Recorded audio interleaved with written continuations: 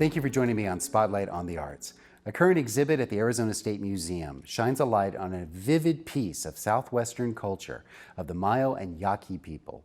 Here to tell me more about it is a folklorist, an anthropologist, and author.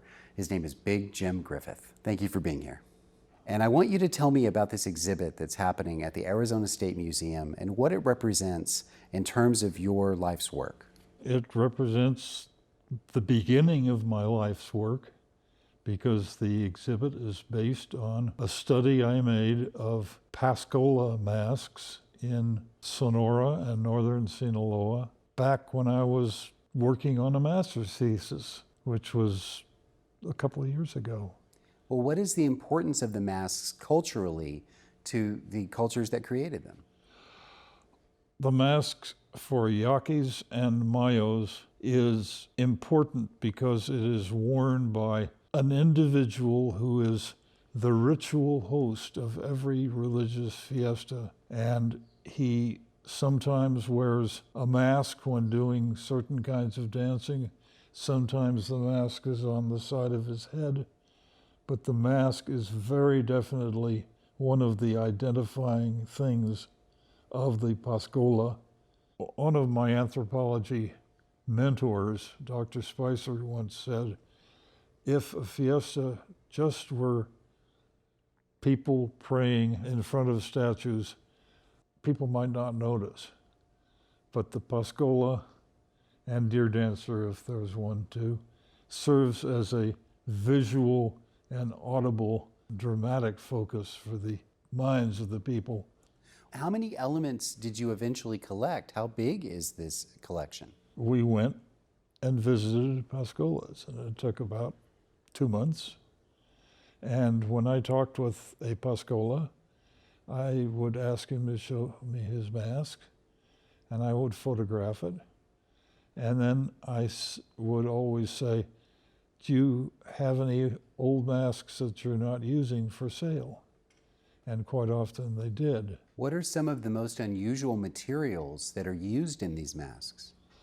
The masks all have beards and eyebrows, and these are, for the Yaquis, mostly horsehair, and for the Mayos, mostly goat hair.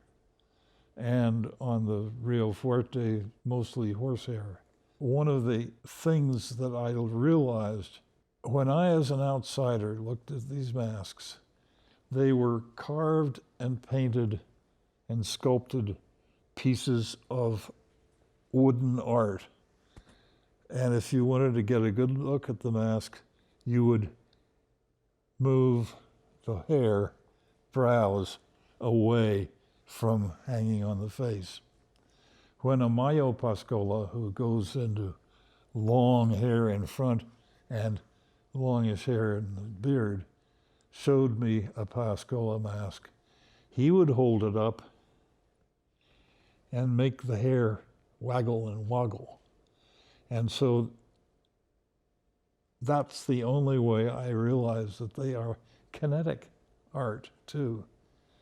Jim, tell me something that you really want visitors to the exhibit to understand about the masks, something that was a key revelation to you in understanding these cultural artifacts.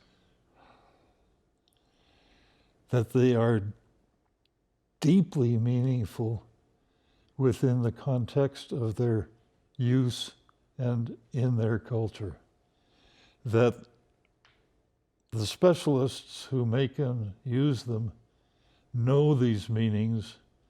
The audience, even the native audience, might not be aware of all this meaning, but that they are loaded with meaning. They are transformative. With the mask on, the Pahko'ola can enter a completely different world, an enchanted world. Thank you very much, Jim. The James S. Griffith collection of Mayo and Yaqui masks is on display now at the Arizona State Museum. Thank you for watching Spotlight on the Arts.